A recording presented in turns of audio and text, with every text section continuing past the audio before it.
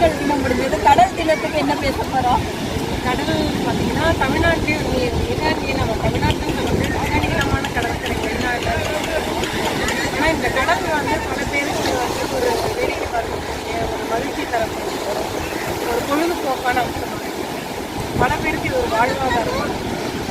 பல பேருக்கு வணிகத்திற்காக இன்னும் பல்வேறு செய்திகளுக்காக அந்த கடலை கொடுப்பாங்க. கடல் சூழல் என்ன எவ்வளோ முக்கியமானது.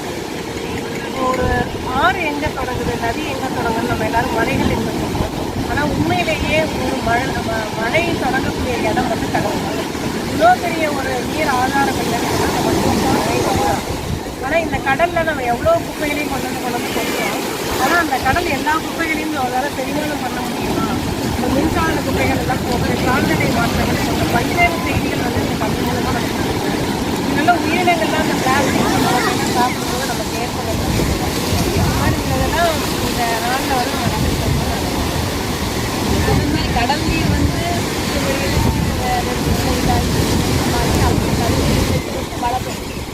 ஆண்டாலும் அந்த பாடல் தான் கொடுத்துருக்குறாங்க. உணர்ந்து குடத்தேரி அப்படின்னு அவங்க கொடுத்துருக்காங்க. அதெல்லாம் வாழ்வியலில் இருந்து எந்த ஒரு கட்டத்தில் இல்லாமல் போச்சு. அதுதான் நமக்கு சிக்கலாக இருக்குது. அதாவது நுகர்வு கலாச்சாரம் அதிகமாகிடுச்சு. இன்னைக்கு வந்து நம்ம தமிழர்களுடைய பாரம்பரிய பழக்க வழக்கங்கள் எல்லாம் அறிவார்ந்து அறிவியலோட அடிப்படையில் இருக்குது.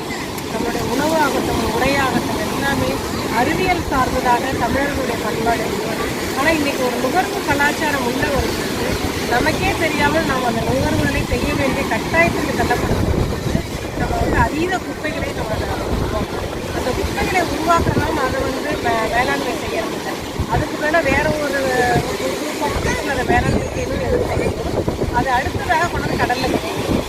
இந்த நுகர்வு கலாச்சாரம் குறையணும் அப்படின்னு சொன்னால் அந்த உணவு, உடை மற்ற எல்லா விஷயத்தையும் தமிழ் வந்து எப்படி அறிவாற்றமாக இருக்காங்க அப்படிங்கிறத நம்ம இளைய சமூகத்துக்கு கடல் வணக்கம்.